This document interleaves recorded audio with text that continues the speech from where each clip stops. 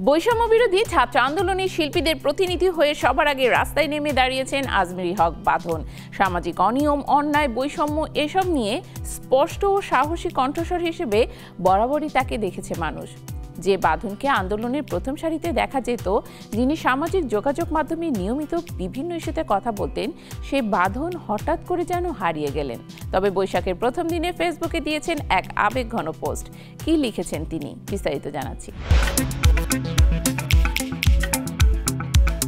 Virtual দুনিয়া থেকে হঠাৎ গায়েব। কয়েক মাস ধরেই সামাজিক যোগাযোগ মাধ্যমে একেবারে নেই আজমেরী হক বাঁধন। যিনি একসময় নিয়মিত ফেসবুকে নানা বিষয়ে স্পষ্ট ভাষায় মতামত দিতেন, সেই বাঁধন নিঃশব্দে ছিলেন দীর্ঘ সময়।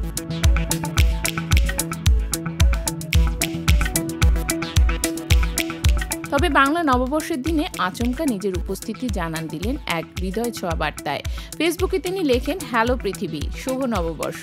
এই উচ্ছ্বসিত বার্তায় বাঁধনের ফিরে আসা যেন এক নিঃশব্দ ঝড়। ভক্তদের চমকে দিয়ে তিনি জানালেন, ইচ্ছাকৃতভাবেই তিনি ভার্চুয়াল জগৎ থেকে দূরে, আর সেই বিরতি তাকে এনে দিয়েছে বহুকাঙ্ক্ষিত এক শান্তি।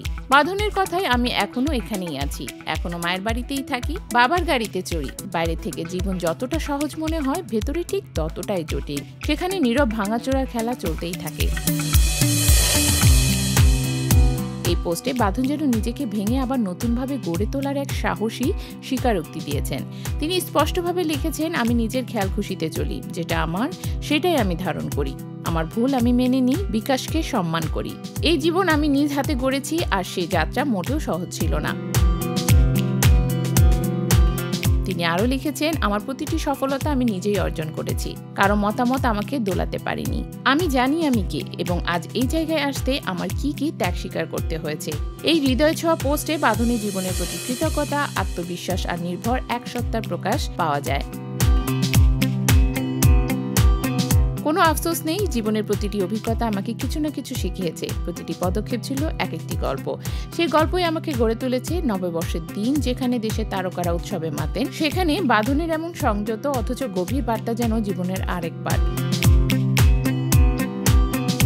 যারা ভাবছিলেন বাঁধন কোথায় কি করছেন, তাদের জন্য উত্তর দিলেন তিনি নিজেই, আমি এখনো আছি, নিজের মতো করে, নিজের ছন্দে।